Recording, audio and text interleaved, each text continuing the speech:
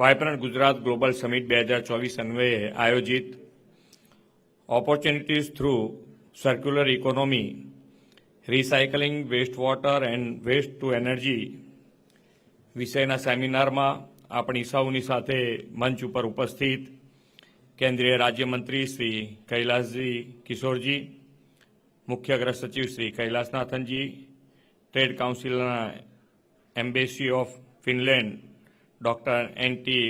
હેરલની, જેઆઈસીસીના ઇન્ડિયાના પ્રતિનિધિ વંટબે જૂન, અધિક મુખ્ય સચિવ શ્રી જે.પી. ગુપ્તા, ક્વોલિટી ઇન્ડિયાના પાર્ટનર શ્રી એબાસીસ વિશ્વા, programme link Shri Nitin Bassi, fresh thought consulting senior expert Shri Guido Smith, V A tech limited chairman Shri Rajiv Mittal, ઉપસ્થિત ઉદ્યોગ સાહસિકો, સૌ અધિકારીગણ, પ્રેસ મીડિયાના મિત્રો, સૌને મારા નમસ્કાર.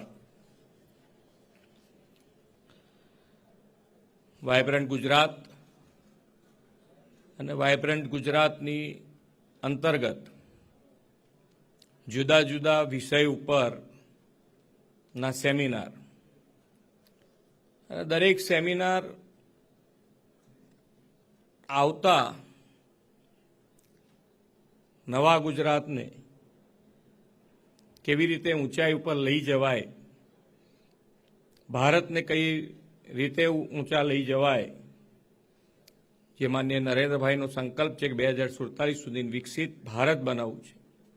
તો વિકસિત ભારત માટે વિકસિત ગુજરાત, અને વિકસિત ગુજરાત માટે દરેકે દરેક સેક્ટરમાં કઈ રીતે સારું કામ થઈ શકે એના માટેનો હર હંમેશ આપણે બધા પ્રયત્નો કરતા રહ્યા છીએ. આ એક આપણને બધાને ખબર છે કે વેસ્ટ અને વેસ્ટ નિકાલ એ બે એક મોટા હેડેક, અને એમાંય મ્યુનિસિપાલિટી માટે તો અહીંયા જે અમદાવાદ કે સુરત કે બરોડા જે મોટા સિટીમાં રહેતા હોય એ લોકોને તો બધાને એના માટે ખબર છે કે ઊંચા ઊંચા ડુંગર થઈ ગયા હતા અને એમાંથી બહાર કેવી રીતે નીકળવું એના માટેનો પ્રશ્ન. એટલે એ બધાના સોલ્યુશન, અને સોલ્યુશન થકી ઇકોનોમી કેવી રીતે, ઇકોનોમીમાં એ કઈ રીતે પાર્ટ બની શકે, એ સોલ્યુશન તરફ આપણે બધાએ આગળ જવું છે. એટલે કોઈને પણ વેસ્ટ માટે કે ભાઈ આ વેસ્ટ છે એને ફેંકી દો, પણ વેસ્ટ ફેંકવા કરતાં એને વેસ્ટ સારી રીતે ફેંકે. કેમ તો કે એને અંદર લાગે કે એની અંદરથી મારી આવક બનવાની છે, આવક થવાની છે. એ દિશામાં આપણે બધા આગળ વધી રહ્યા છીએ. હમણાં તો જેને કહેવાય કે ગોબર, તો ગોબરમાંથી પણ પૈસા મળે એ વિઝન માન્ય નરેન્દ્રભાઈએ આપ્યું છે, અને એની ઉપર અત્યારે કામ થઈ રહ્યું છે કે આ પણ એક જગ્યાએ કલેક્ટ થશે, કલેક્ટ થઈને એમાંથી ગોબર ગેસ બને ને ગોબર ગેસ આપણને બધાને એ કામમાં આવે.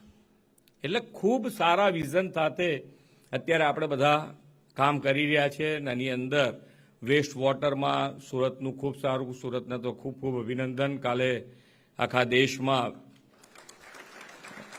સ્વચ્છ સિટી માટેનો એવોર્ડ મળ્યો છે. બે સાથે છે અત્યારે. તો આપણે રહીએ કે બધા જ શહેર આવી રીતે સાથે રહે તો આપણને કંઈ વાંધો નથી.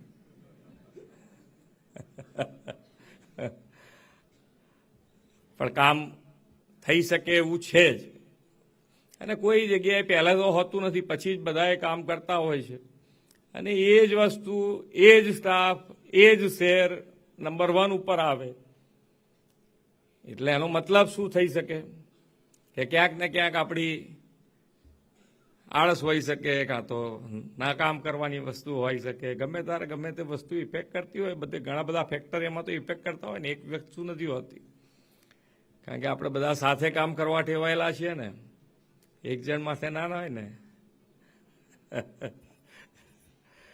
પણ આ વેસ્ટ વોટર એનો ખૂબ સારો દાખલો હું એટલા માટે કહું છું કે સુરતમાં જે છે કે વેસ્ટ વોટર એ લોકો ઇન્ડસ્ટ્રીઝને આપે છે, તો એ લોકો લગભગ એની અંદરથી 100 કરોડથી વધારે ઇન્કમ, 140 કરોડ રૂપિયા વાર્ષિક એમાંથી કમાય છે.